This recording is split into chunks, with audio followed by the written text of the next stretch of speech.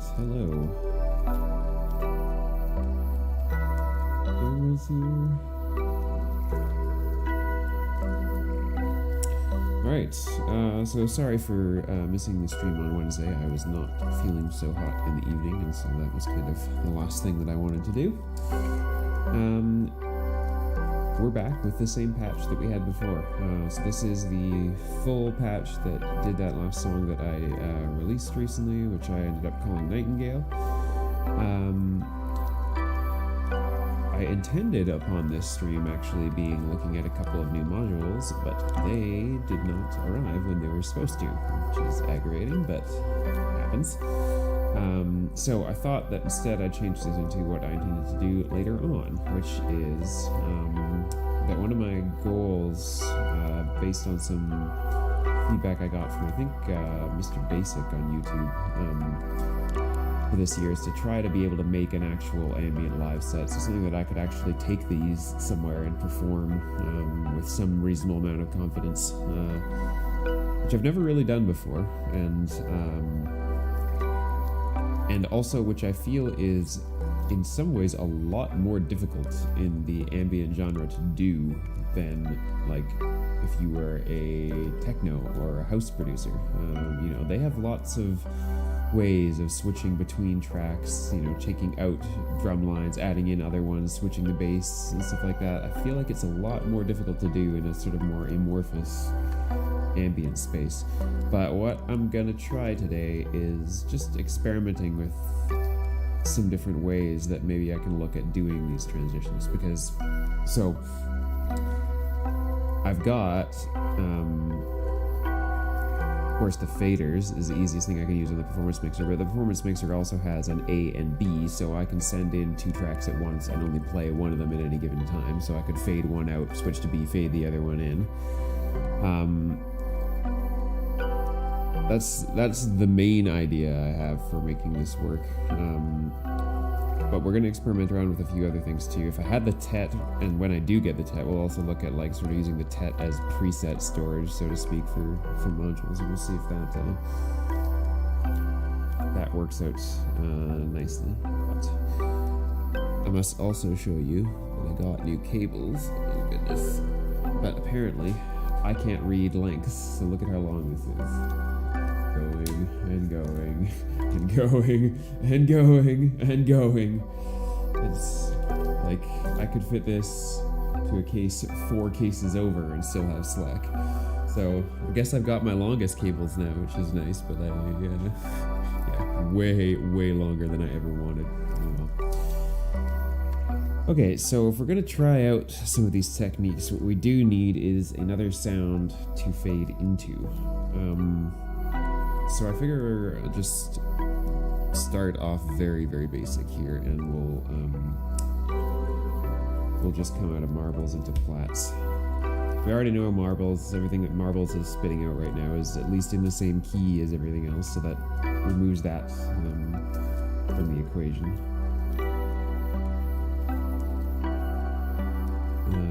We'll come out. So what we probably want to do is come out into one of the B slots on the performance mixer, just to see how easily we can sort of do this transition kind of thing. And I feel like that sound is going to be a good point, because like this is a reasonable bed of sound, right? And I think that we could start by replacing this sound with something else, and then gradually replace the other pieces. So, alright.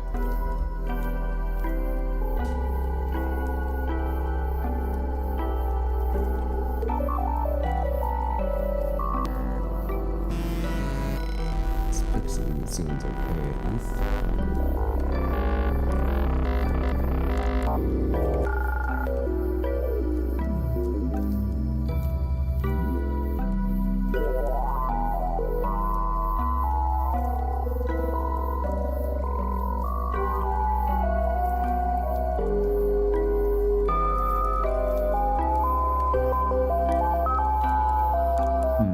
One bit of a problem is that we have marbles set up to trigger strangely, to say the least. It's on that divisor mode or whatever, so you end up with this side can actually trigger a whole bunch very frequently. When it does, that also triggers X1 to change here. So we probably need some sort of more regular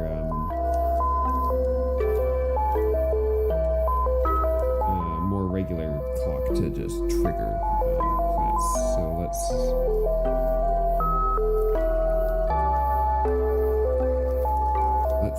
take something out of Pam's here. Reset this.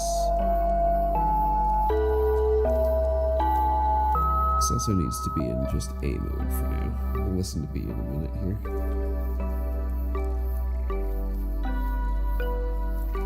So let's not have exactly the same beat. Let's have something a little varied. I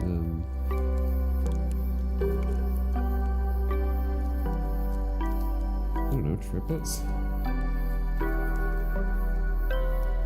Also a good possibility I will run out of cables before I manage to actually do this thing, but we'll see how far we get. Or I'll probably have to use my giant long-ass cables, but... Okay, so let's just turn them both.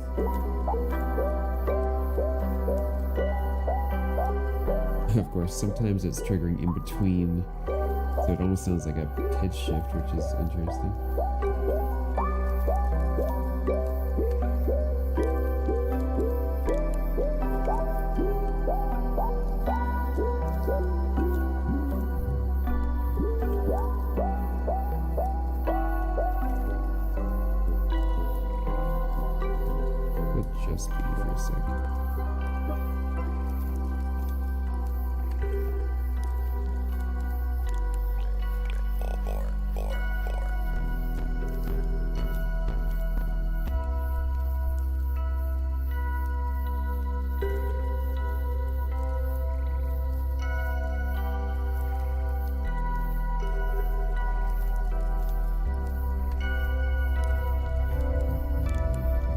Let's mute the remains for now.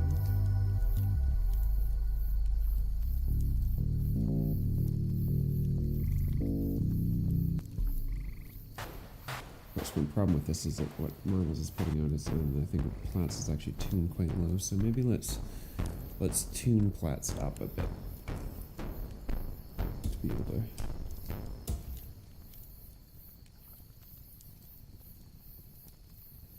hopefully get something a little higher out of it.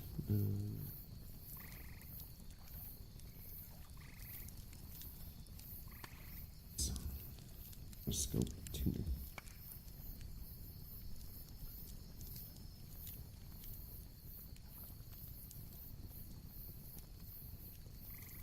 As well. Just make sure this sounds. That won't work. I won't go through the tune that way.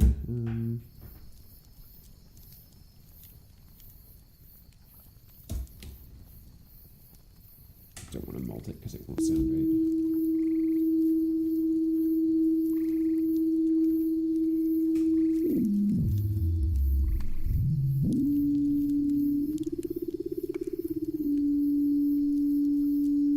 As possible, that should be okay.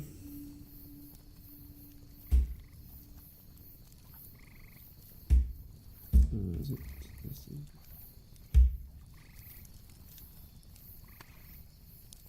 This other side. Right. Let's tune this up.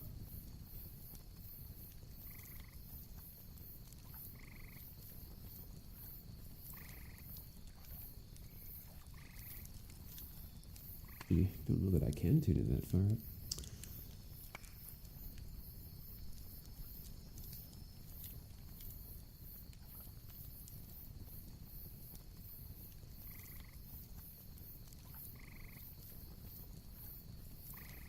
Best I can get is alright. Might not be able to use marbles for this then.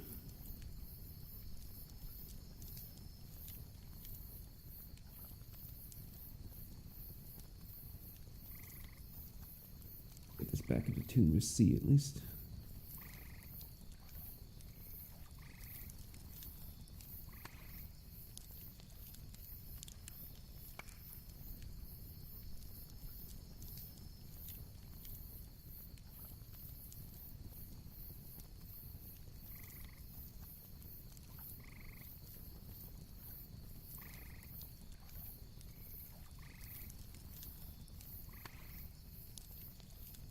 One thing that I could remove from the Eurorack space, it would be tuning oscillators.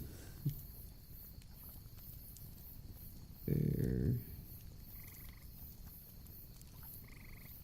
Off by 1 cent, whatever. Okay, so let's just patch this back up again. And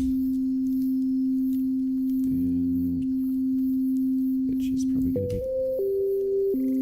Oh, that's a bit more like it. Or at least this one. Probably it's too low for the majority of these other ones, unfortunately.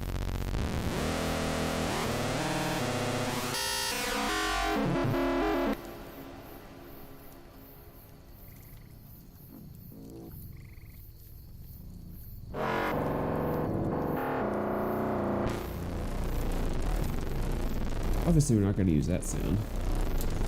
Hey, Jingle Angle and Techno Bear. I'm trying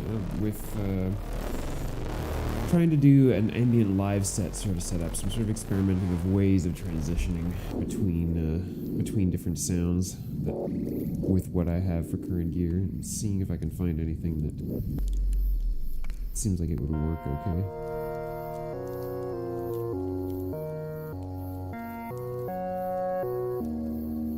Let's just take that for a moment. It's gonna sound a little weird. Where's our trigger? This one.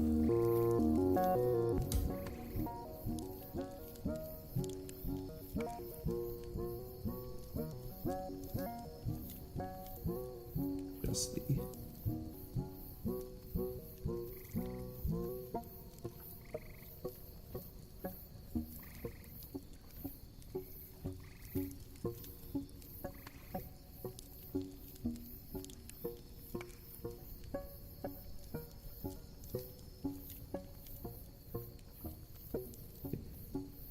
That could be relatively interesting. Alright, so back to A, turn everything back on. Let's just see about what a really, really basic transition of this might sound like.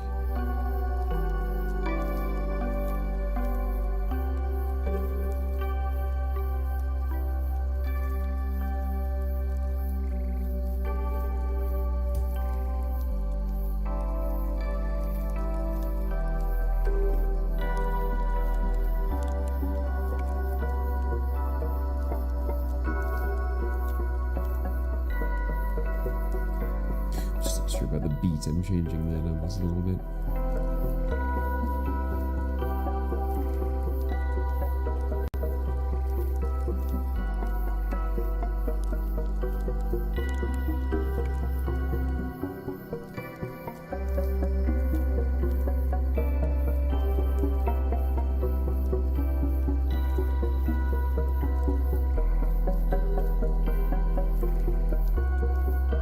Okay, so that's like okay. Move from this.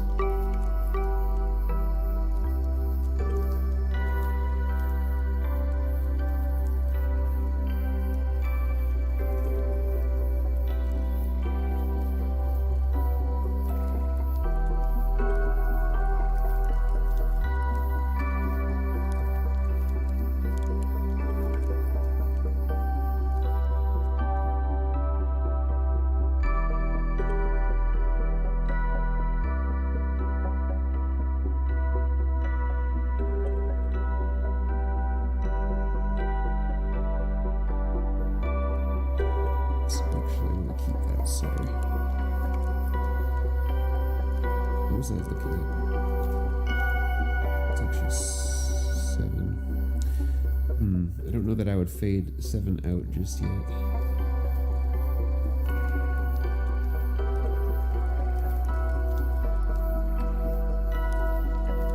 transitioning that worked well. And, like, actually, it sort of did almost work well to...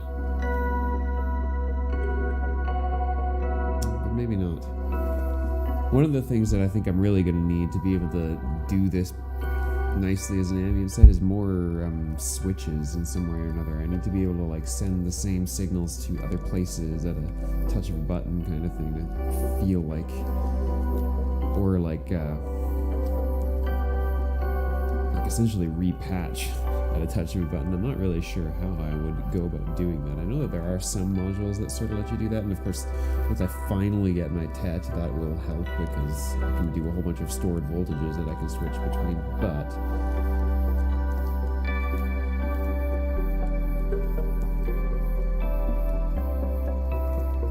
so I wonder if we can get another sound.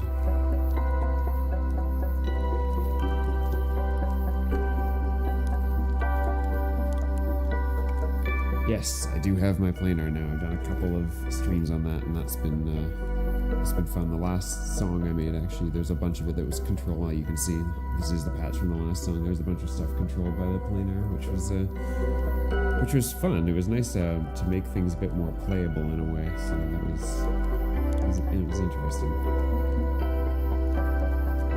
So one of the other techniques, other than that fade out, which seemed to work well for the switch off of that one sound, that seems to get used at least in the like house and techno space, is with things like a Digitact or an Octatrack, is like taking a loop of what's currently playing or parts of what's currently playing, recording them, playing them back in time so it's seamless so that nothing changes, and then while that's playing out of the loop, so I could like for instance take a loop of the bass line right now, play it out through the assimilator ideally, so that I can completely repatch the CSL into something else, and then fade that in while fading out assimilator stuff.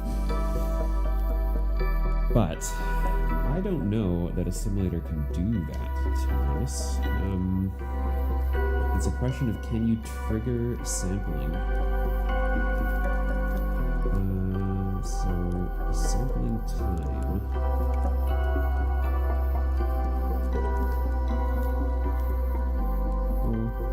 Make it super high, will it eventually... Okay. What I really want is a triggered sample. So what is sampling time overall mean?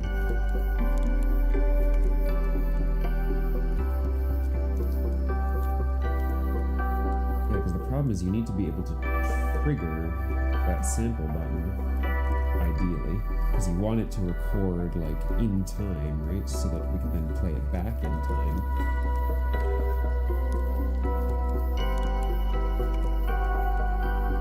Definitely not quite sure that is actually possible.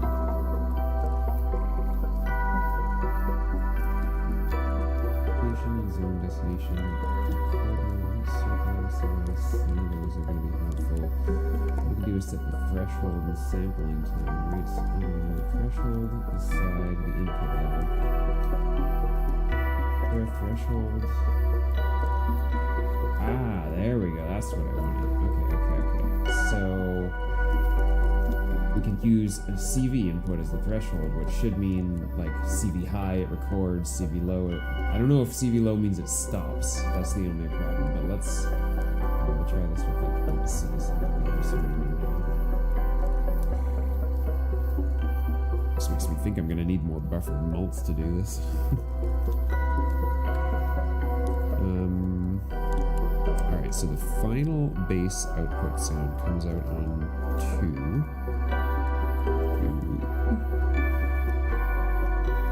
Which is a mixture of two things here. What is this? Can I pull this out for a moment? This is random panning on something. Just to be able to actually do this, I'm gonna pull this out. I think that's random panning on the Columbus. Right, so now I can actually, since in the attenuverter here, that each one of them is normal to the next, I basically have a buffered mult here. This is a copy of the same sound, so I should be able to Let's use a super long cable because why not? Like seriously, here, look at this thing. This is how big this freaking cable is. I don't know, unless you were like Richard Devine, I don't know why you need a cable this long. But anyway, apparently I can't read measurements. Okay, so we'll come out of C and then into the left sampling cable.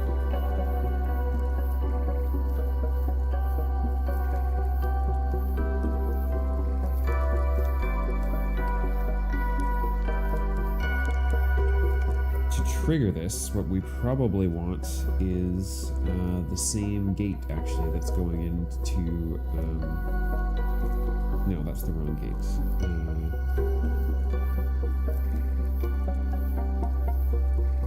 We don't actually have a gate on the bass, right?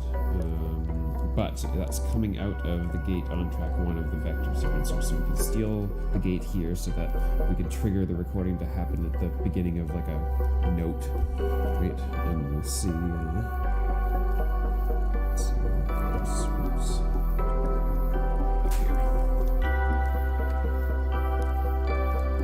If any of you have any other ideas, by the way, on how to do like smooth transitions and stuff like that when you're doing a live set, I would love to hear from you, because the whole idea of even doing a live set scares the hell out of me. So I need it to be like seamless and perfect. Okay, so we're gonna take this and just see what this does. Wait, 8C.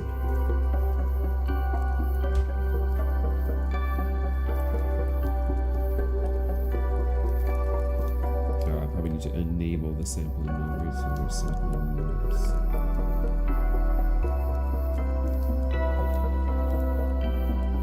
Okay, so it looks like what it does is it's a trigger, it's a gated sample. So you hit it once, it turns on and starts sampling. You hit it again, it turns off and stops sampling. So let's erase that. This into channel 8. Argument here.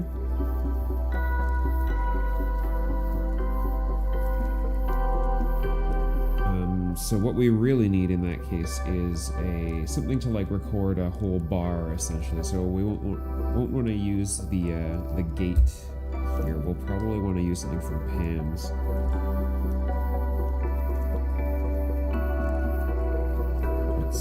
Set something in here and just make sure, because this Pam's is definitely the easiest way to get something that's like corresponds with a bar. So it's probably divide 4.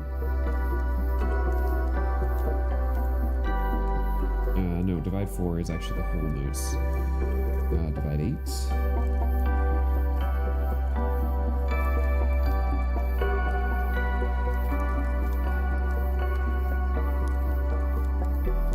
Divide 16 to get a whole bar, I'm sure.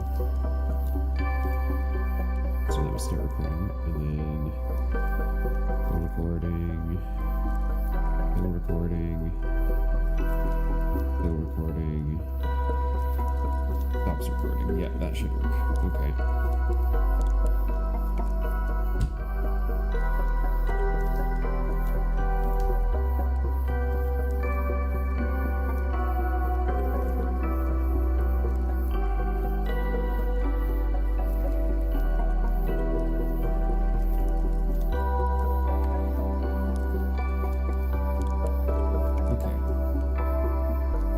Let's just see, this might not fade in perfectly, but let's just see if at least it sounds like it did.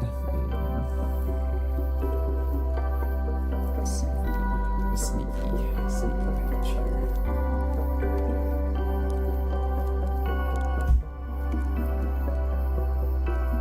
Okay, so conceivably,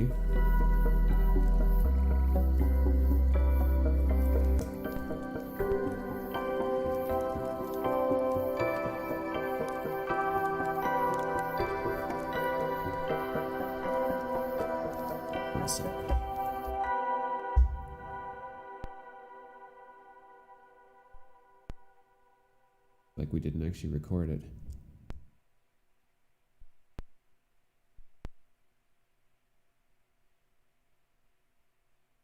Yeah, definitely feeling like that way. Okay.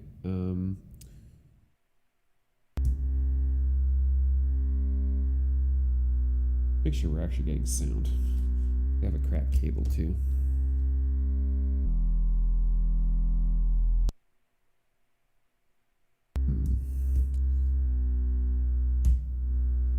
Interesting. Is it not multing in the way I expect? Oh, it might not be because I pulled the signal out there. Oh man. Alright.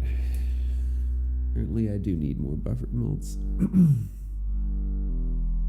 Is there anything else that I could use? I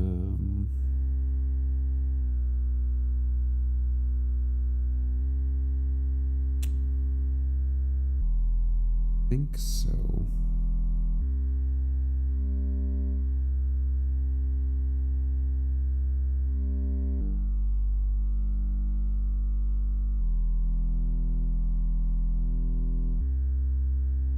Yes.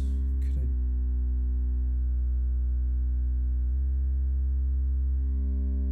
No, I was gonna see if I could patch from here to here, but at that point I'd be multing it anyway, so it wouldn't. It would lose the signal regardless. Man, might need to reconsider my strategy a little bit in terms of what I'm using for 1U stuff and put in a heck of a lot more buffered mults. Okay, let's just try this unbuffered then. It might not sound quite as good, but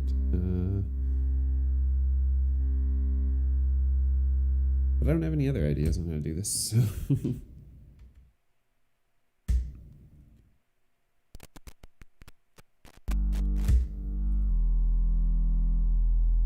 let's just A/B it and see if it's as bad as we might think or not.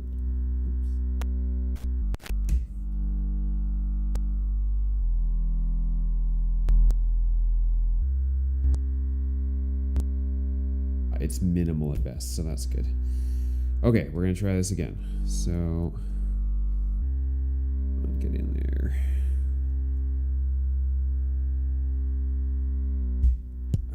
We are going to sample input.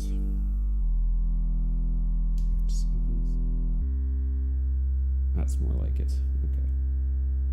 I do not have a gig coming up, but the whole idea with this is that playing live absolutely terrifies the hell out of me, but I would love to be able to do it. So I want to experiment with a bunch of different techniques on how would I transition, how would I like actually make a live set that's not repetitive in just one song. How do I move between things? So this is sort of what I'm trying today, is different ways of doing that. Because if I can get more comfortable with it and feel like I have everything under control, knowing me, that's when I'll be like, okay, I think I could handle doing this. Okay, so let's turn everything else back on. And let's go with this again.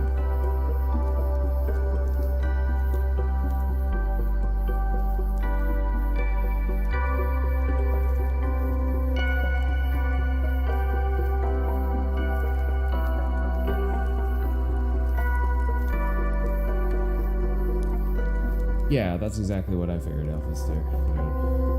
I'm not going to do it unless I force myself to learn about these things and whatnot. And I think it's cool. And as I was saying earlier, I'm also always super jealous of the house and techno types that seem to have like the easiest time in the world of transitioning between things in comparison to what I think has to go on in ambient. Alright, so we did record that. So conceivably,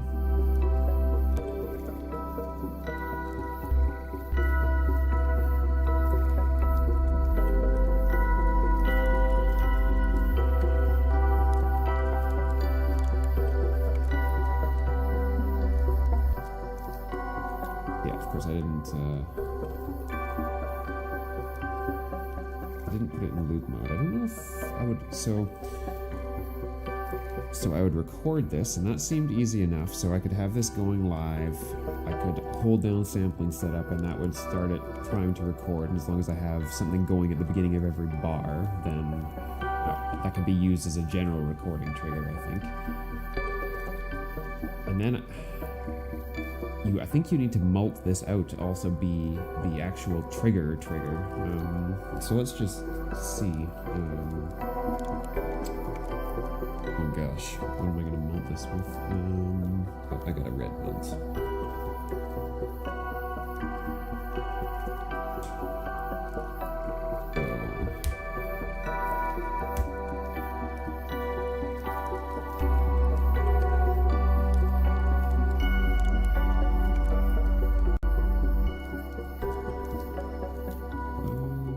Oh, because you're gated, so whoops.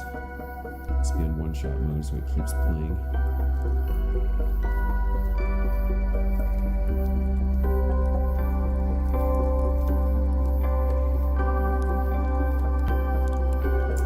It's got that click.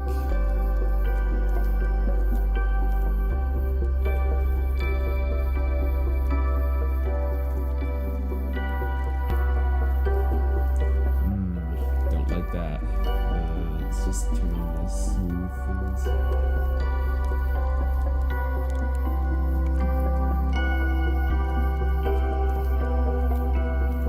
I think it's still there.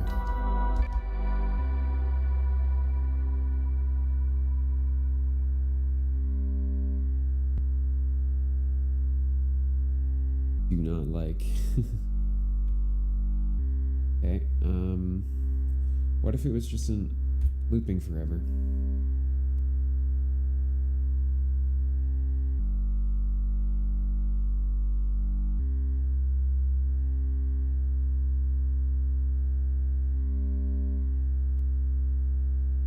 Okay, well, looping forever works, but that's also much harder to get going because you have to shoot at one trigger at the beginning of a bar, and then no longer trigger it ever again, which wonder if what I need to do is mess with the tack and stuff.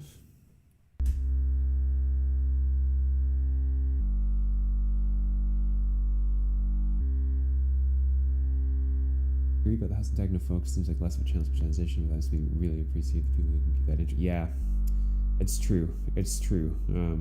Because it is so easy, I guess it's also easy to fall into sort of like tropes, right? Of, you know, well, drop the bass drum to do the transition, and like everyone does that or whatever, right? So it's a good point.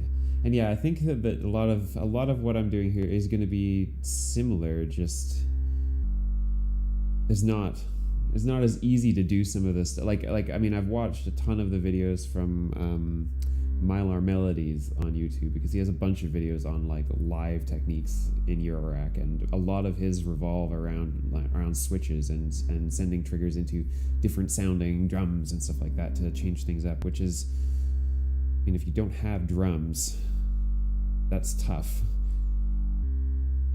I mean, I guess I could send it between multiple synths or things like that, but like when it's melodic, it's different, right? Because the melody is so much more like when you switch if you're switching from sending a pattern to like one set of hi-hats to a completely different sounding set of hi-hats, when there's no melody, like, I don't know, you don't track it as much. But if you're sending it between two modules that sound different but have the same melody, like, it still sounds like the same thing to me. So I don't know. Okay, so I can still hear that click. Envelopes, there we go. Do I have any crossfade ability? With the assimilator, I can crossfade between samples, but I don't, you're right, I don't actively have a full-on crossfade thing. The performance mixer can only mix at unity gain two signals and then individually control one signal or the other. Might be something worth looking into, something like the X fade or whatever, the make noise X fade. There's one thing that I'm realizing. I was initially planning on actually expanding this performance mixer and adding the channels expansion, which gives you 2 more stereo channels, but I think I'm realizing that it's unlikely that I'm going to be using multiple stereo channels, or more than 2 stereo channels at once, especially considering that I can easily mock a stereo channel by just hard panning 2 of the mono channels left and right. So I used to have a Rosie way back in the beginning as my output module. Yeah, I'll have to look into that because I've freed up some space by probably not getting the channel expander on here. So we'll see. Okay, so let me put in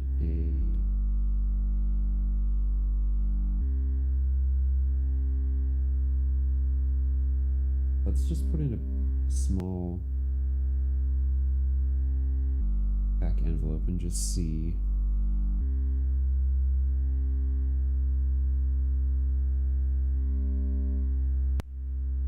That's even worse, if anything.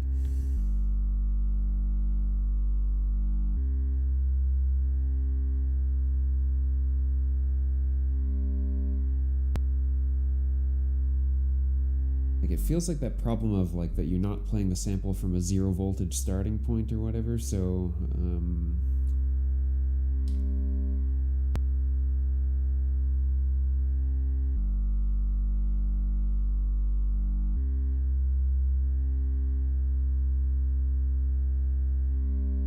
I can't really change the sample start and end because it's going to be otherwise it won't actually be a full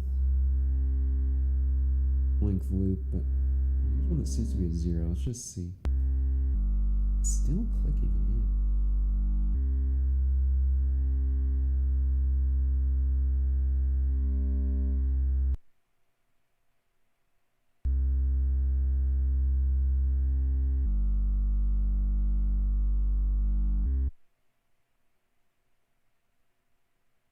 The end, and now it's all confused.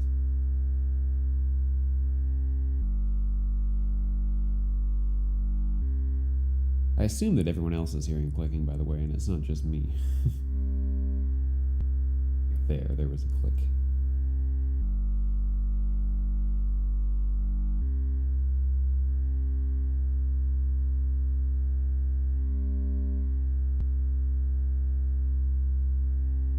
You hear the click, okay.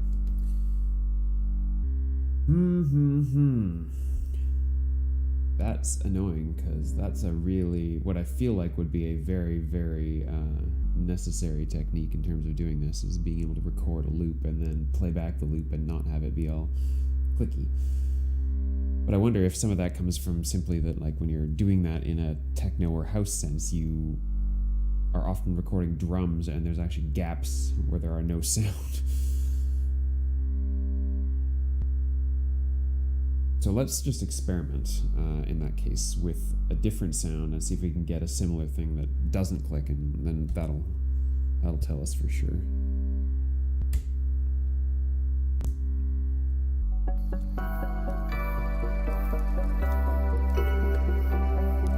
Okay, so let's instead sample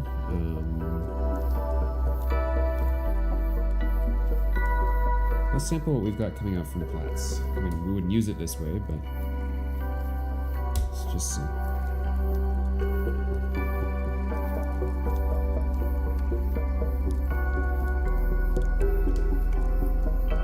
Okay, something's turned on.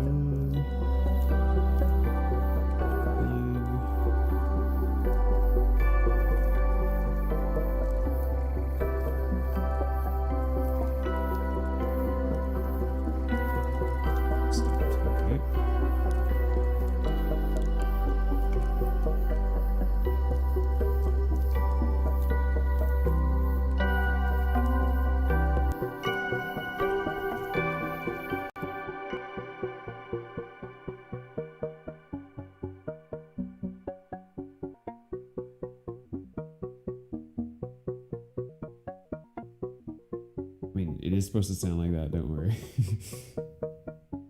So far, I don't hear a click.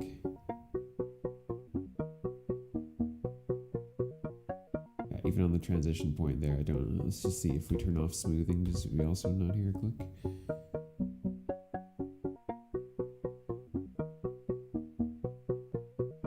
Yeah, I don't hear click at all, so it's totally got to be that we don't have like silence on the bar mark or whatever, which is annoying because I know that with the Digitakt you could like hold a button and scroll even with a sample like this and get to a point where there was zero sound, but I guess that wouldn't actually be possible in this case. There never is zero sound, it's just a continuous drone. There's gotta be some way of, like, it's almost like you need to crossfade the two plays or something like that. Let's just experiment with this one more time so that we know it's not the assimilator anyway. More the patch we have coming. The assimilator, so let's re-sample again.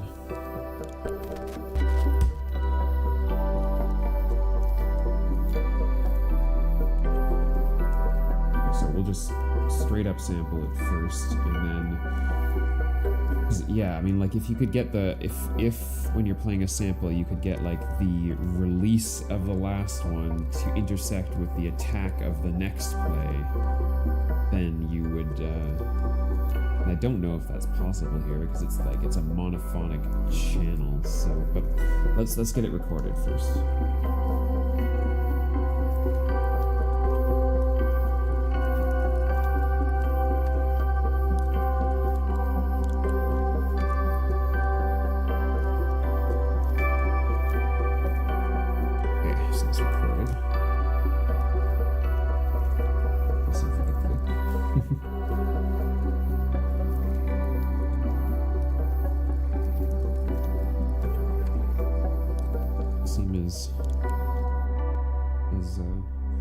Audible that time.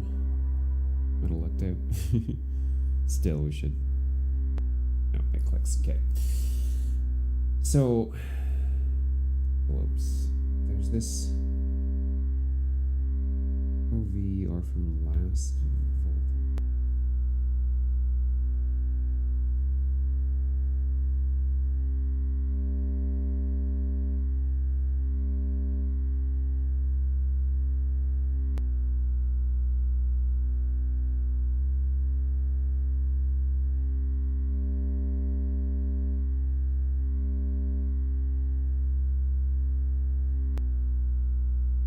That would do anything because it's a monophonic channel, so you can't play two notes at once. There's a way of doing this with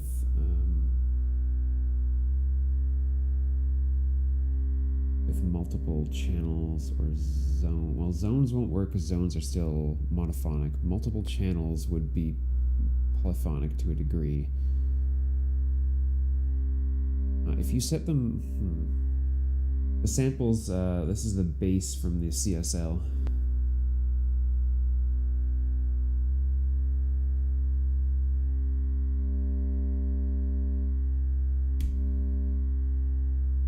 Just repatch some things here. We're gonna try setting up like a polyphonic channel.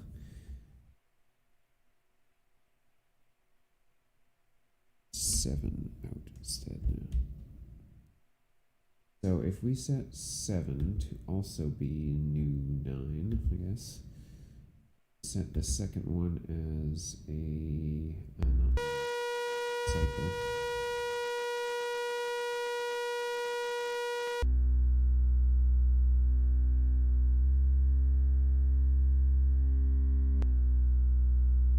Then we have to set envelopes on both of these to have, like, let's try from last voltage. We'll give them like longish attacks.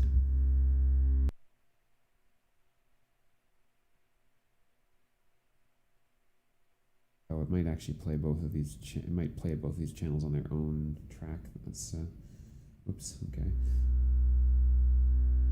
Well, we'll figure this out in a sec. And C. Okay.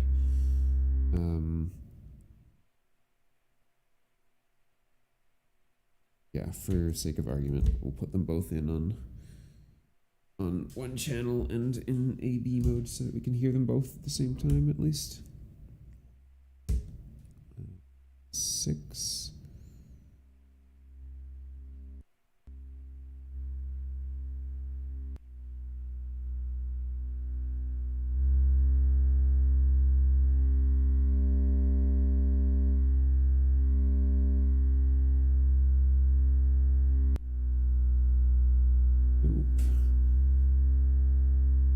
Are you able to edit the start and end points, create a sharp fade in, and kill the click?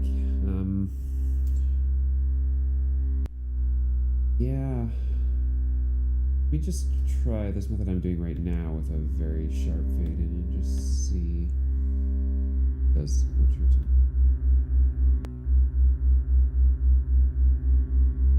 So I got them both playing at once.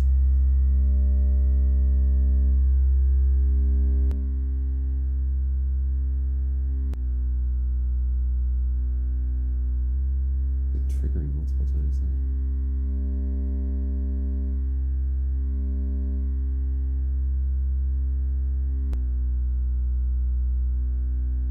Yeah, it's weird. So I am editing the envelope right now. See, but I am editing the envelope right now and giving it some attack, but it's not really. It could be at the end, yeah. Got release on both of these two. Both these channels both have a relatively long release, so I don't know, let's make it a shorter release.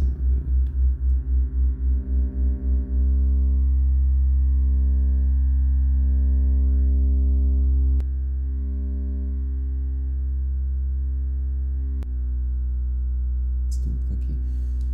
So, okay, so let's cut off a little bit of the end then.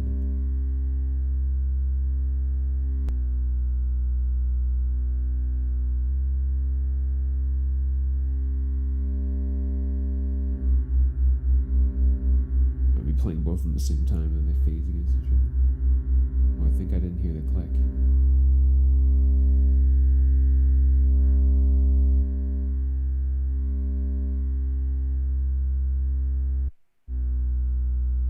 Faded out before I wanted it to, but I think you might have been right that the click is at the end. But odd that release didn't really do anything for that.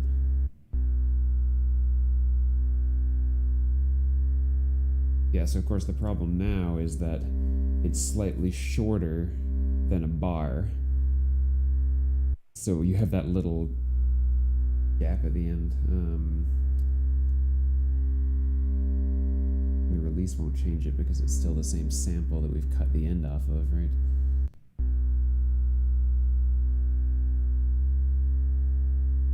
But still, the bizarre thing about this was that I left the sample as is, and I triggered it once, and I kept it in looping mode. There's no click. Which, to me, implies that something about it being triggered. Maybe because it's triggering an envelope, and we actually don't want it to trigger an envelope. Let's reset this for a sec. I don't think that having the 2 channels thing really makes that much of a difference. Off. Here, put this in. The looping.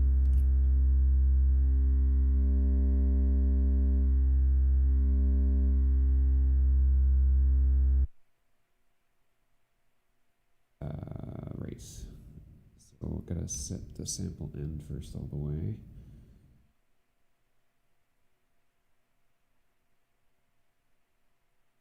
Whatever, I'll just trigger it on its own for now. And we'll make sure that it...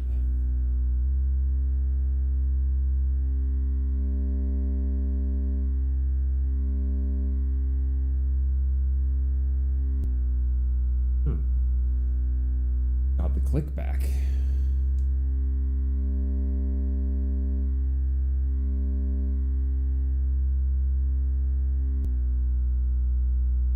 Before it didn't have the click when we did it in the loop mode.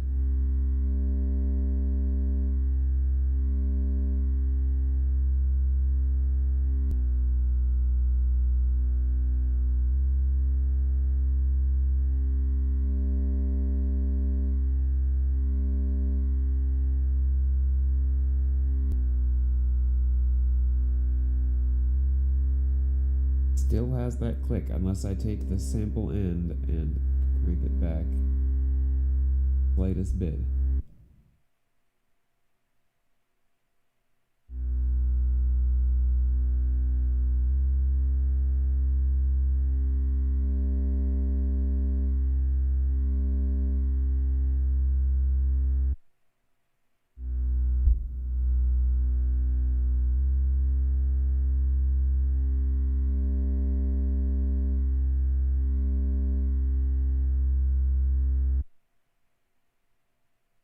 Looping now.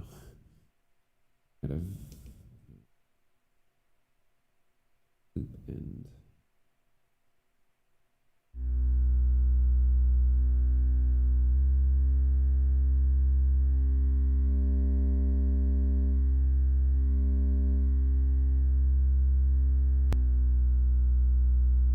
Looks even worse, if anything. That's super annoying. Certainly reduce it, but it's not 100%. So I guess what it really comes down to is that we're not the whole technique of recording stuff and replaying it is just not really going to work with drones, and that might be honestly just a general limitation. Bet you the dig attack might even have the same problem as what's going on here. So. Okay, so that's not a good technique for the bass.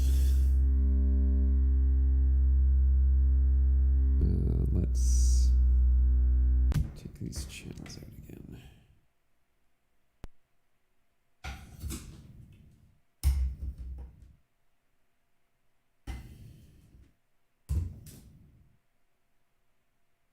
Back to what we had.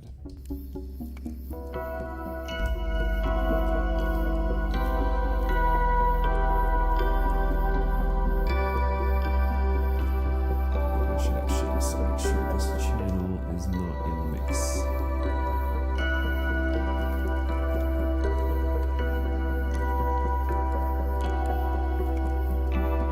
Okay, so this whole technique though of patching a bar into it and then multing it out to trigger itself does work for things that aren't. Let's try to capture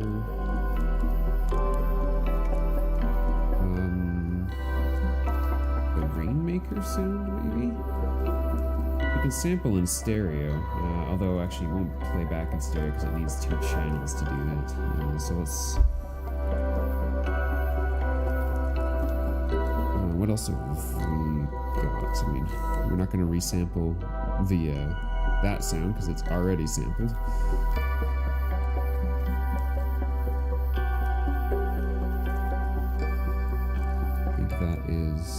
That's our vocal that we're not really using anymore.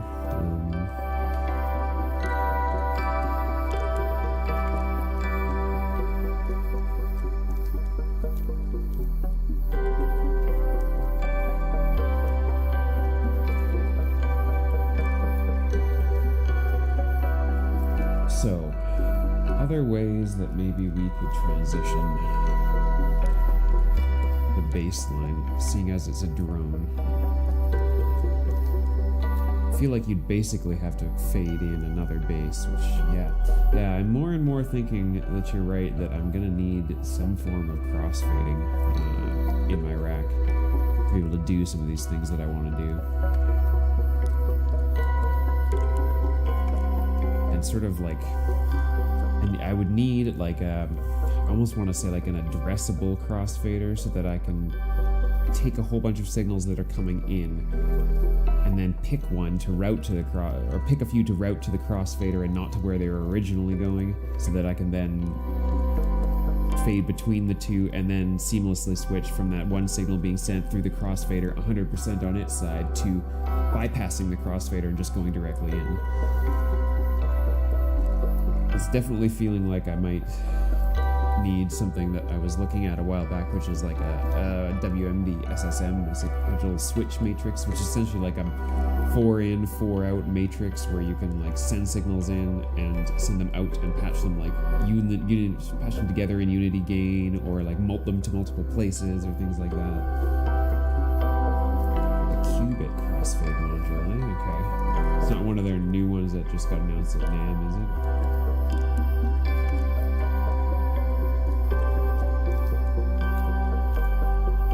I'll try this first technique again.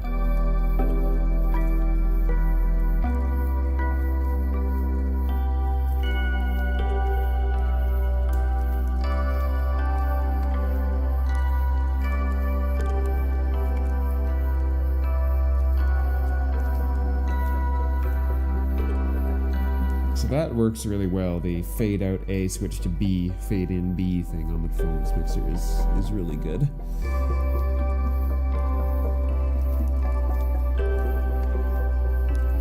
And I feel like I will also be in live performance actually using the Q buttons a lot too, because the performance mixer does have a full queuing system, so that I can have something, put it together, listen to it without anyone else hearing it, and then add it in. But not really useful in the case of like doing the actual transition, because like you'll hear it, but then you have to figure out how do you get it to go in.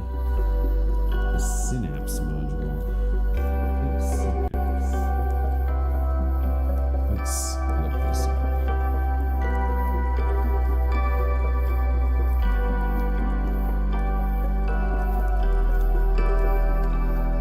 A crossfading switch with a signal path that can be rearranged on the fly. 4 crossfade circuits change of sequential switch. And save crossfade positions. Switch outputs can be rotated, process CV and audio.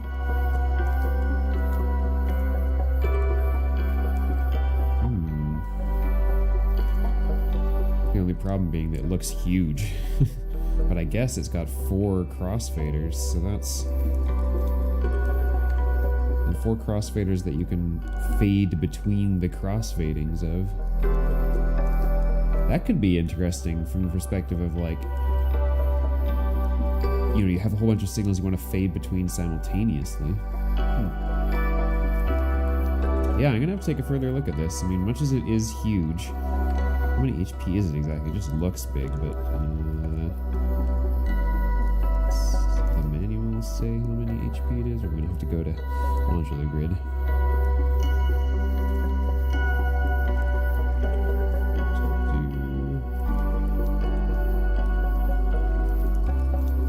Specifications. That's the depth and the current consumption. That starts 20 HP. That's pretty big. But I guess that would depend on like how would it compare with, for instance, like, because this would be the equivalent of having some sort of switch matrix thing with like a XPAN or something along those lines. So it might be worth it. I'll look into it. All right.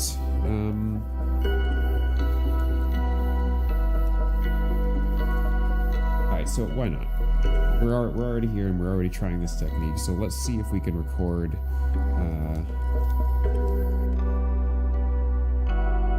that and get it to play back without a click. So in order to do that, we're going to need to switch channels here, and we're going to need to go into 7 instead of 8 because this needs to record in stereo. So let's set up our channels here. We'll just clear out channel 8. Sampling setup, we'll go into channel 7 and we'll go stereo, and that means I'm going to need another long cable. Okay, I'm going to repatch some things here. This gate is getting stolen.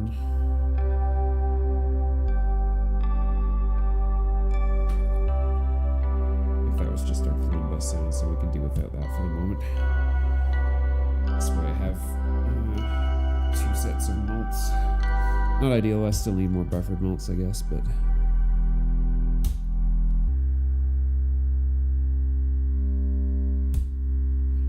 don't seem to lose that much signal.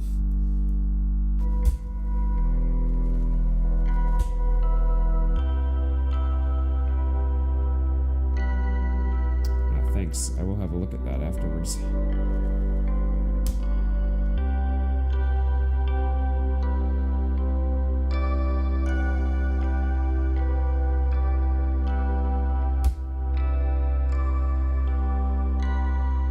Okay, so we're set up to record in stereo. I think all we need to do is arm it and see what we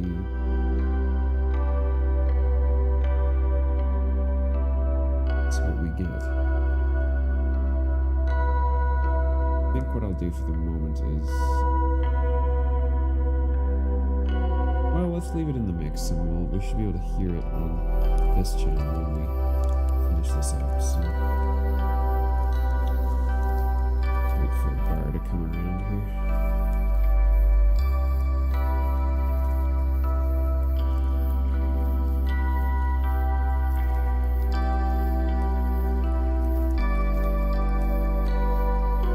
Start recording. Oh, whoops.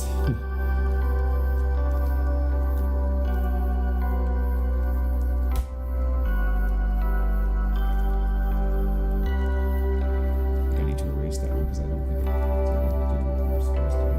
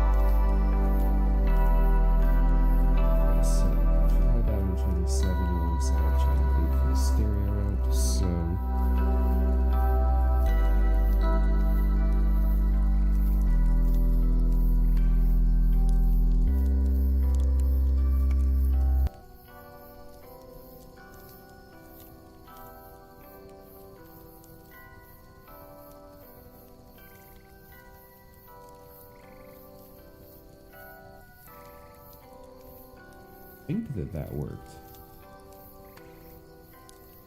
I think it had a little gap, but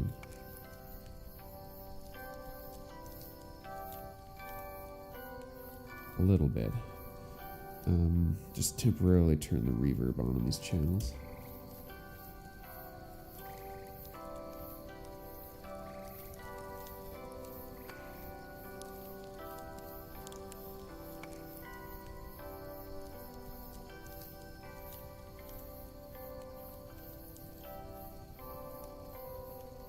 Wasn't the greatest recording, but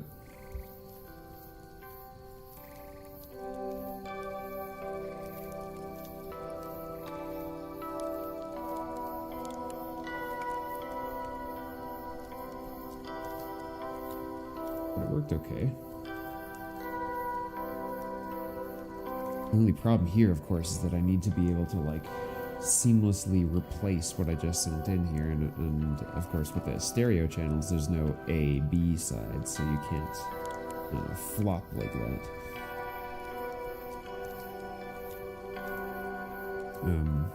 But let's send them into the mixing just for a moment. With my extremely long cables.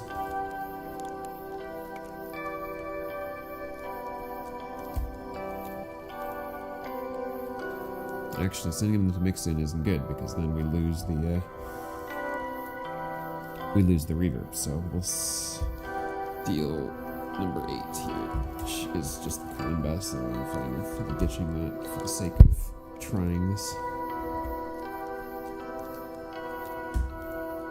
So it needs like the same level of aux post.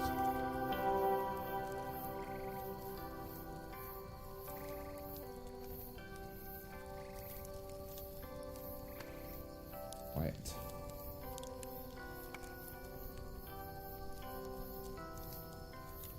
Yes, I think you're right that actually you can use the planar as a crossfader. Period. End of story. I think. So that's a definite possibility.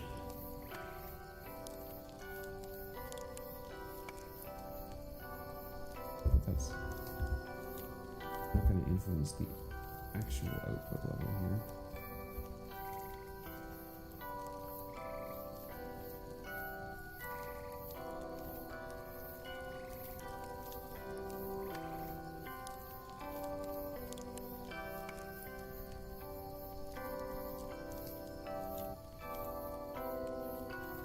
Seem to have really boosted the level.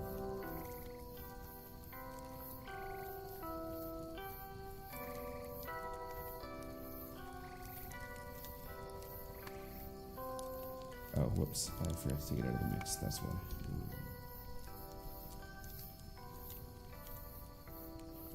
Why am I still hearing it?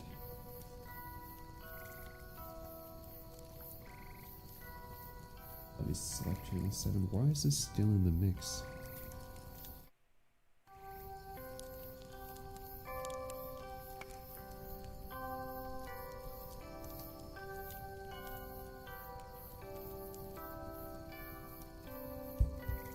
Muted out channel 8. Shouldn't be there anymore.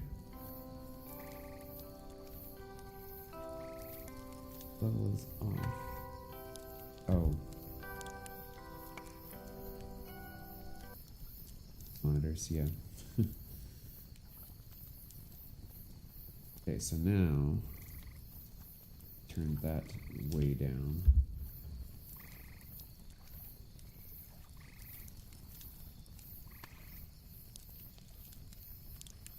What is going on here?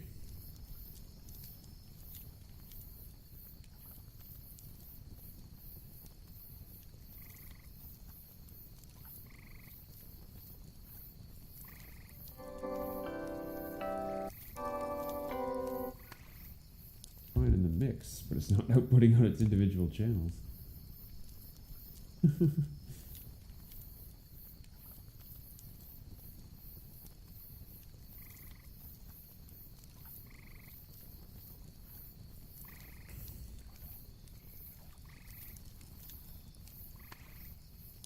It's coming in on channel 8. That's 7 and 8.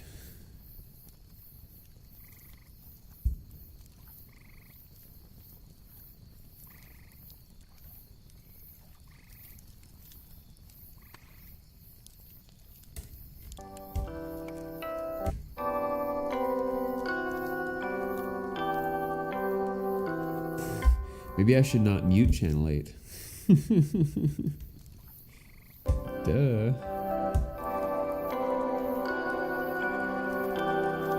Okay, so let's A/B original sound and recorded sound here then.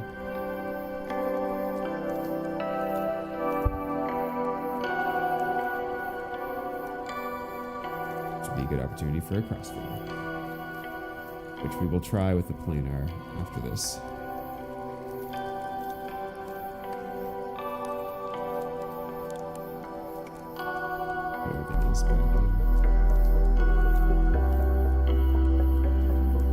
So if we were to do a poor man's crossfade here.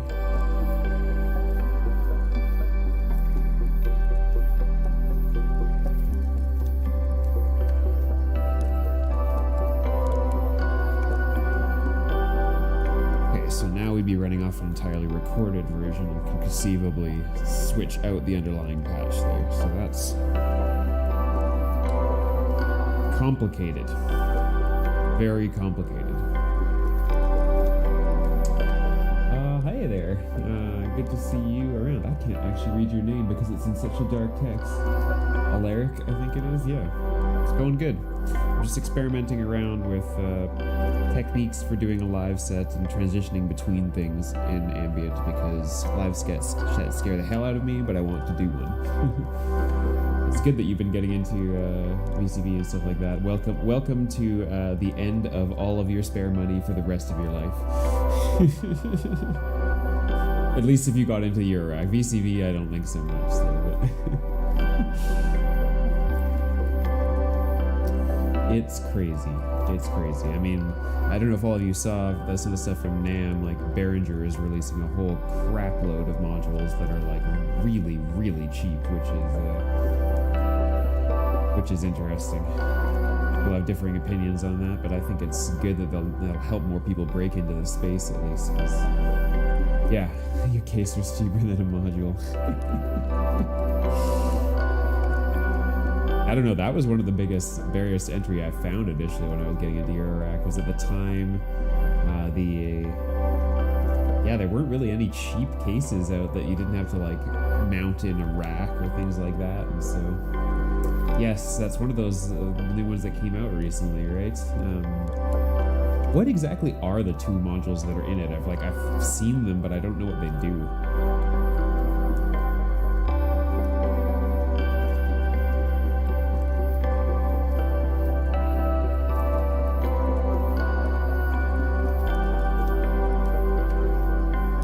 Let's also experiment with the crossfading that we were talking about there. We already did the first one with the A-B switch fade thing, so let's do the same thing, but let's crossfade instead and just see if I can make that work. Gibson says, chooses a chiptune 8-bit oscillator, says diamond shaped type stuff, so perfect, yeah, it's pretty much what you need, right? Pulled all the plugs out for clean work. We'll see what it gets us. Yes, never thinking about the money is a good thing. I wish that there was some way on Modular Grid to like disable that little summary at the bottom that shows you how much this thing you just built costs. Because every time I look at it, I'm like, oh god.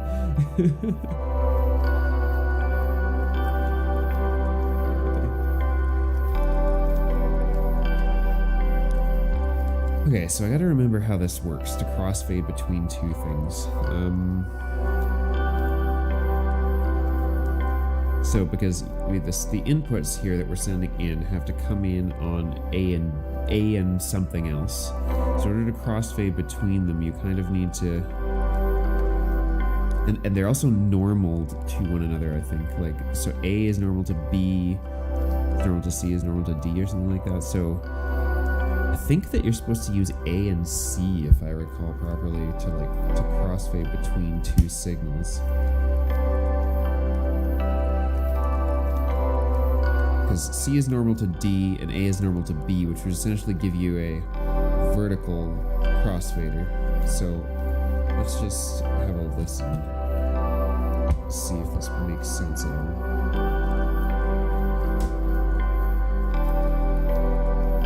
Turn off all the other channels so we can hear this better.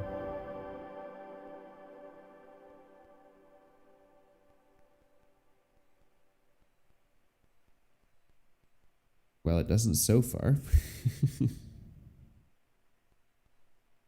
What are we doing? Is it? Yeah, these are supposed to be the inputs. Oops.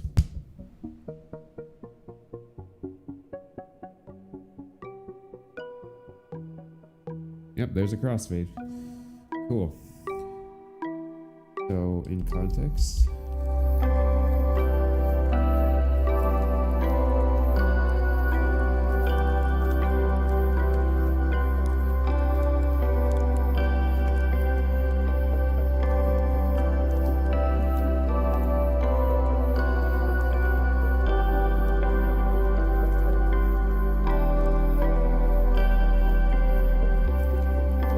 But I just think the sound from Platts is maybe a bit too quiet, so the crossfade isn't quite as obvious. But yeah, it feels like a bit overkill to use planar as like a crossfader. But yeah, like the concept is there, and I like it.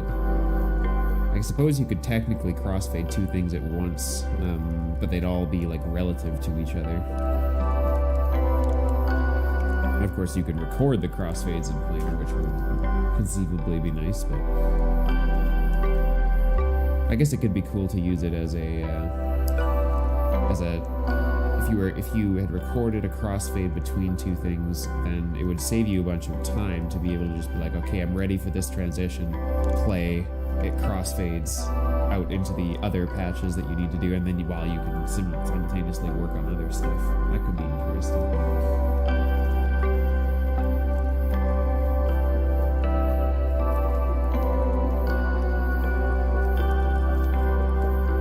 Okay, so we've got the AB switches on Performance Mixer. That's one technique. We've got the recording with the simulator, which definitely needs probably more buffered malts or something else to sort of figure out exactly how you'd make that a little more seamless. It's not too bad, but it's not fantastic either. Really, I think it really just relies on you need a trigger at the beginning of the bar, and you have to melt that trigger out to everything that you've recorded, in essence. And then we've got crossfading with planar, and I really do need to look into that other module you mentioned, like the Synapse, because that does look like that would be really cool. What other methods of transition can we use here? Anyone think of anything else? Because like techno house stuff, a lot of the transitions would be like filters or things like that, but I think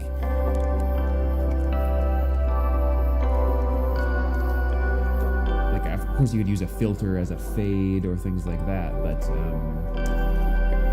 I don't have my filter. My filters are coming. I have a Squawk Dirty to Me coming for an extra filter going on with all this. I think they also sometimes use like end of chain filters in house and techno, but that would, I think, not work in Ambient.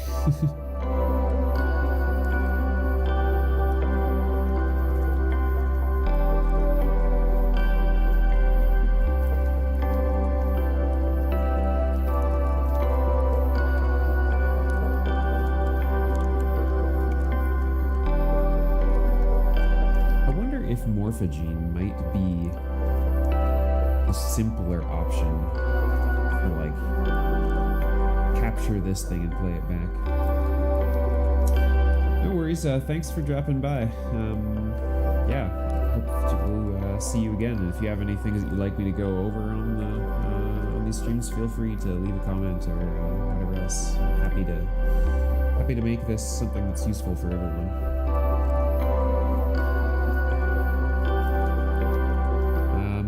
But yeah, so Morphogene, you can record a splice, play back that splice. I mean, it's not really what Morphogene's made for, but... See you.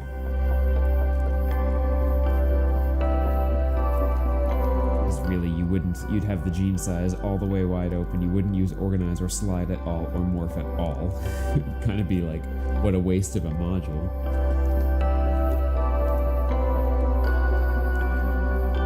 I don't know that it would be that much simpler in the assimilator, really. Especially considering that you'd have to have something in the way to stop the record signal from going through, whereas here you can just hold sampling set up and that's when you arm it, right? So okay, I think I would stick with the assimilator for that.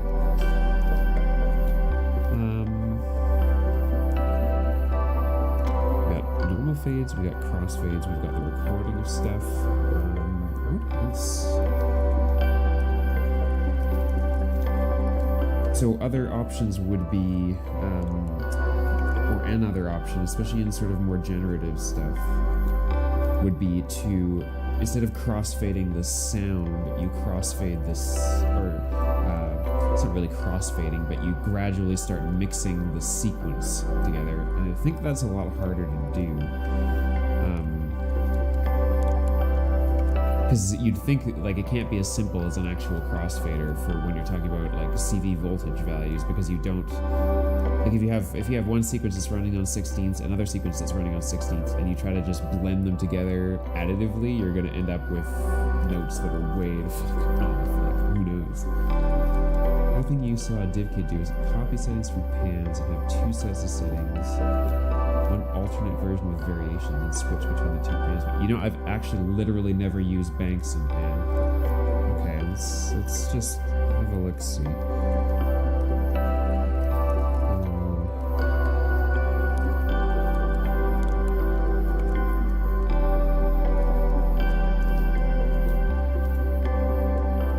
Okay, so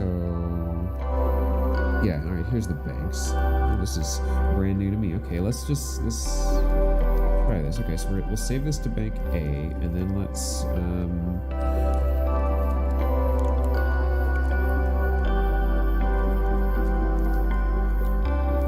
don't know,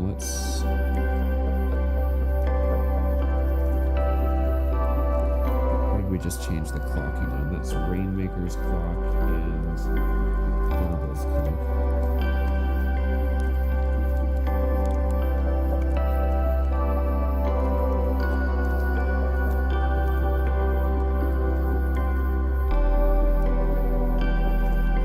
Listen to the recording.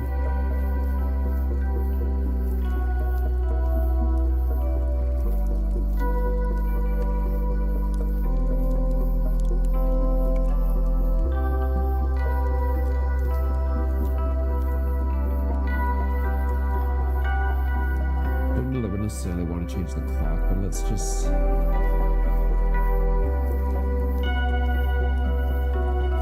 not change the clock. What else we got? This is the trigger that we were using for plats.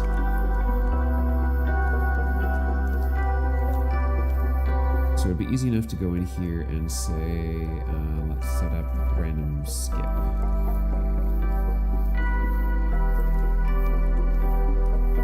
So that's a change. And we'll put 3, which is a divide 6. This is just modulation for the bass line. This is divide 16. This needs to stay the same because this is the thing that's triggering the recording. Yeah, let's see. I'm just gonna... sure, well, just for sake of argument, let's change the clock speed. Maybe instead of going triplets, we'll just double the clock speed.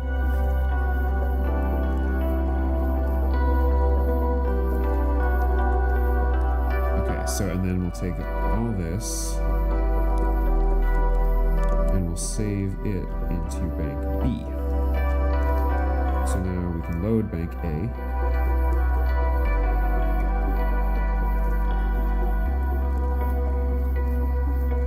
And we can load bank B.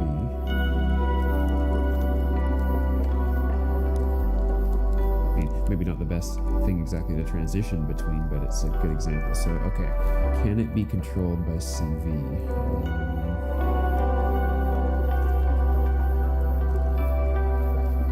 I'm guessing not, based on what I see. One says clock state. Run or Triggin loads bank. Triggin rotates row. Triggin rotates all. Problem is we really need the run trigger in to actually set the clock state. Otherwise it just runs continuously. But it looks like you sort of can use it to change banks here. And I'm not like, it's also not the end of the world to have gone in here and changed and just flipped to a different bank.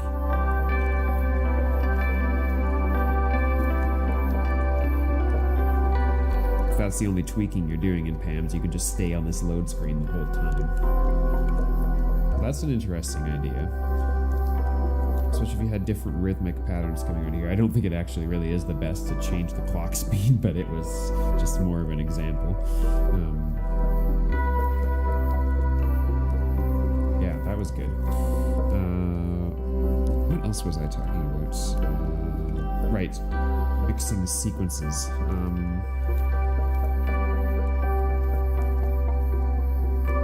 Okay, so I know a way of doing that with Shifty. Makes me sad because I was thinking of getting rid of Shifty, but this could be a really handy thing. So,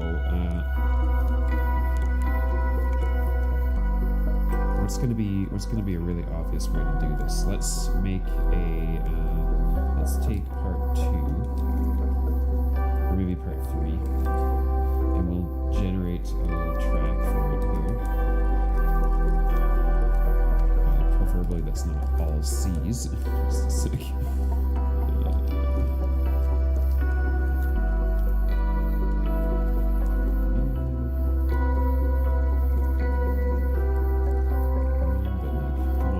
be something more interesting than this. Oh, the length is 1. That's right.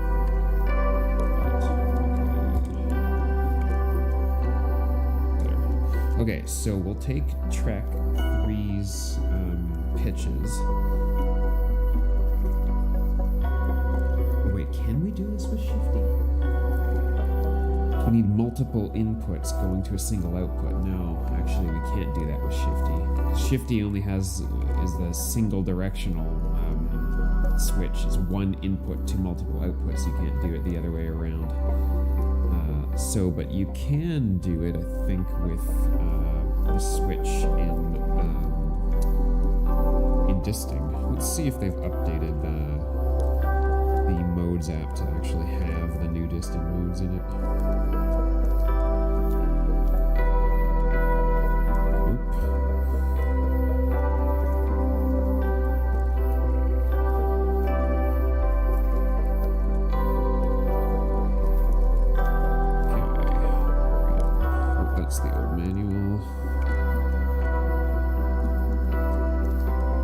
Yeah, what we'll do, so what I was intending on doing is, this sort of is what I want with Shifty. So, 2 inputs, 1 output, and I want it to start choosing between those. I want to be able to say, okay, for now, just pick this 1 input. When I want to start mixing things together, choose randomly between both inputs, and then when I'm done, choose just the other input. But actually don't know if even the Distings one will let us do that. That sounds sort of a bit esoteric, actually.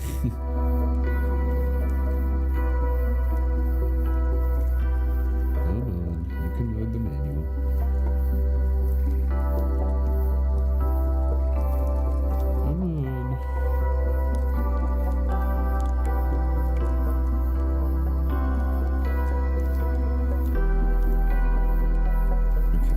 There's a switch mode.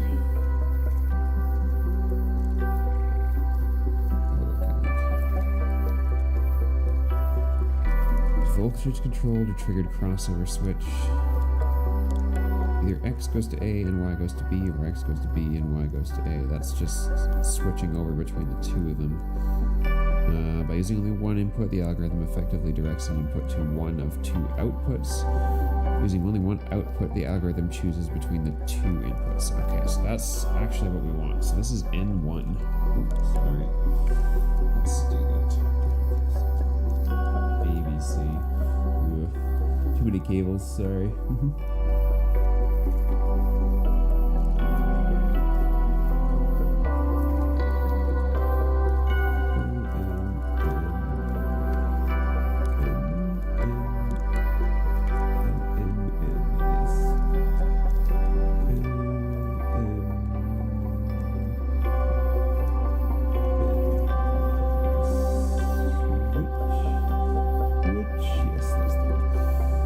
Complained about this before, that the difference between the M and the N on Disting screen is like unreadable pretty much. Okay, so if we've got 2 inputs, that means we can go pitch from track 3. We'll take these guys that we had in here out for the moment. I think it was just doing something with the output from Disting. Disting from planar previously. Alright, so we'll take pitch 3 and send them into the X input, and we'll take the pitch, this pitch,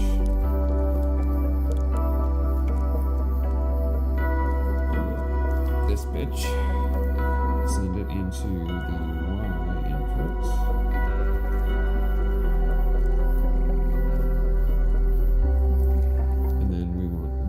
Outputs essentially to come out.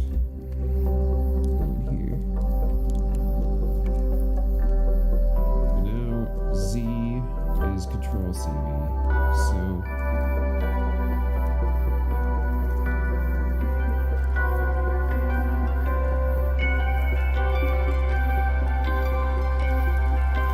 let's mute everything. everything else for a sec. Okay, so with the CV all on one side, we've now got the pattern that's coming in from the vector.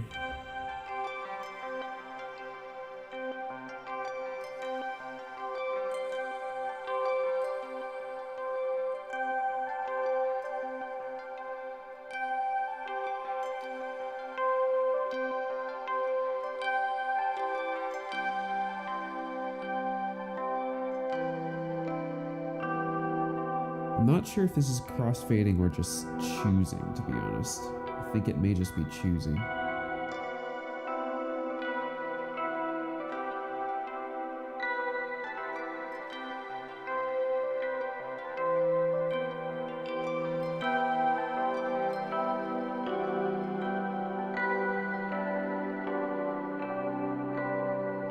I think it's just choosing. Let's see.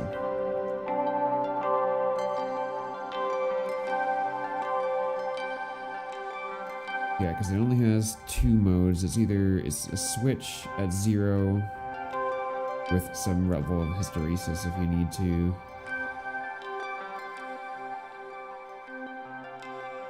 In mode 1, Z is a trigger where a positive going input edge toggles the switch.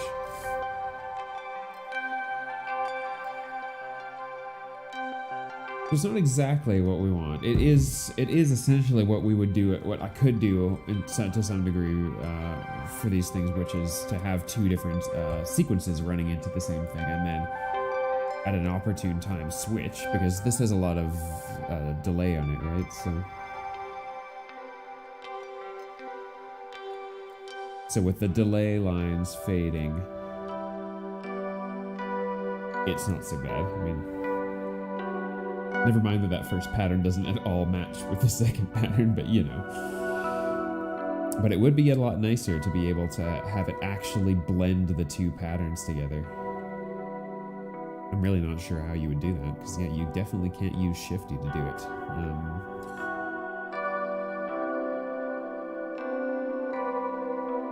Context again.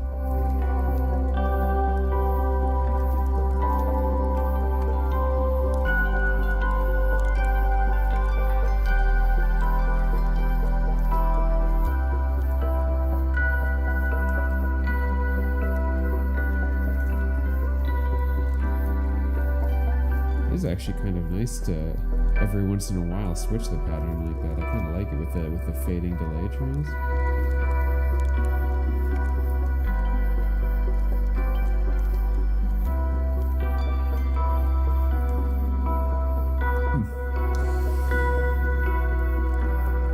Okay. So yeah, I don't think there's exactly a way to do what I want. You would.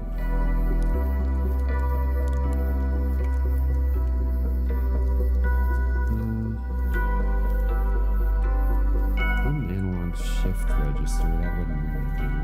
I mean, it's easy enough to combine gates.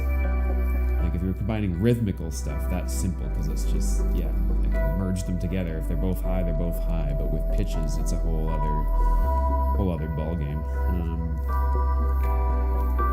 Feels like it's the job of an analog shift register kind of thing, but it isn't really, because that's taking the last value and shifting it to the next register. So it's not exactly what you want. What I was thinking with Shifty was that you have these multiple outputs and you can make it choose randomly between them, but what I really need is the inverse of this, where it's got multiple inputs and it can choose randomly between the inputs on every incoming like clock signal, but you can't make Shifty do that, so damn, that would have been cool. Alright, so we've talked about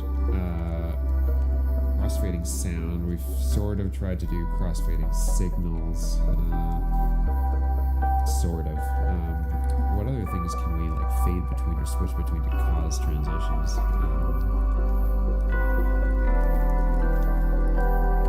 If I had Tet here, we'd start doing the save voltage banks to switch sounds, but I'm really looking forward to that, because that's where the A/B switches are going to be really good, is fade out A, press a single button on tetrapad, you have an entirely new sound, fade in B. But not there yet.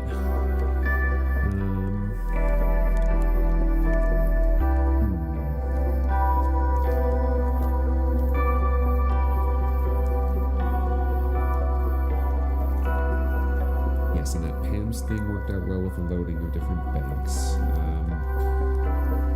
Of course, the other thing we haven't gotten into is the switching of presets here in a vector sequencer, because it can switch them in time. So, for sake of argument, let's do something like that. I'll take this pattern that we had.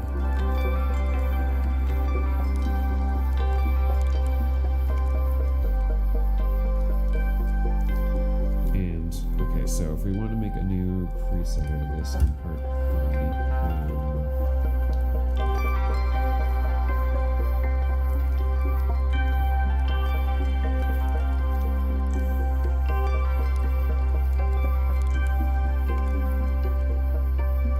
3, preset 2 now, so let's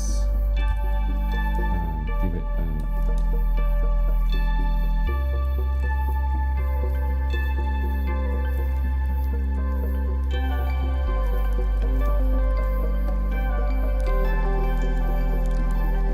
right, so that's the preset switching, so that's like one of the easiest things to do, of course. Or, of course, setting up entire scenes where we switch between a whole number of presets all simultaneously.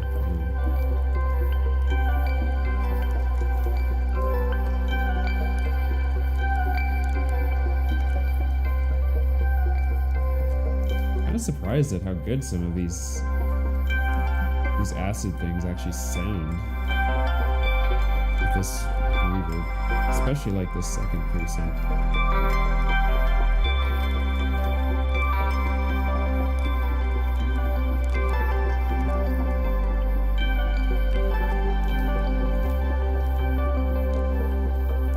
Really nice. I have to remember that one.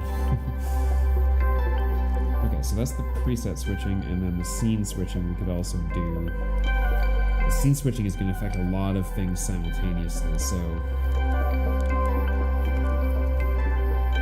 I suppose it's possible though to do a scene switch to like mute out a few parts or things like that, or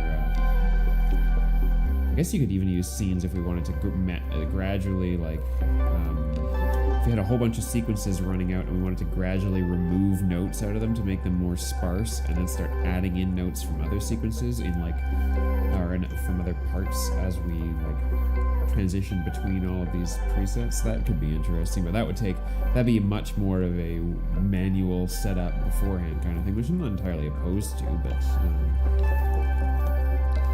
I really like the idea of being able to do a live set that isn't sort of like pre-composed, that I can do these transitions and I can decide when to do them and how to do them at the time, with some ideas from doing practice, but not like, I don't want to just be playing a song robotically, you know what I mean? Man, that sounds really good.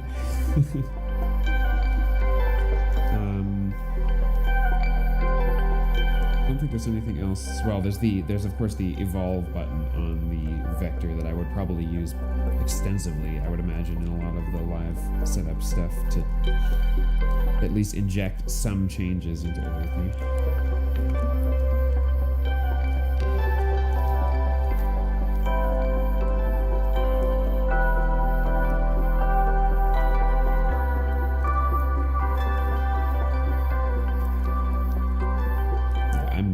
I'm 99% certain I'm going to need something dedicated for crossfading and something dedicated for switching. Yeah. Alright, well, this was useful, if only to have realized that, which is good. Okay. Anything else I can think of?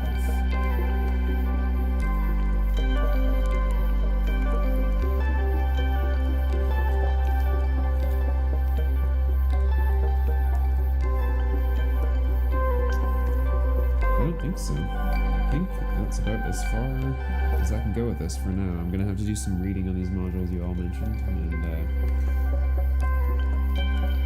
yeah. So I think that I will probably call it here then, because I don't want to sit here with no further ideas, and I think I made some good progress here. So the stream on Monday, hopefully by then I will have some, either the Squawk Dirty to me or the Milky Way from Endorphins, so I think we'll explore one or the other of those. The other one of those I think arrives a little later in the week, so we might get that into another stream. And yeah, I'll keep playing around with these ideas for generating a live set. Eventually I want to do the same thing that I just did in the last 3 streams with generating a track live. I want to also try, let's generate a live set live, and then we'll do some stream that will actually be playing the live set as a practice, and as, you know, promo material, so that I can send it out and see if anyone wants to actually have me play it somewhere, because that'd be cool. Anyway, thanks everyone for dropping by. It's good to see so many people here today and some new people. And yeah, take it easy, and I will see you all on Monday. Let's see if there's anyone we can raid. Oh yes, there is. What are they doing? They're doing Modular even. IX Studios Cleveland. So I'm going to send everyone over there.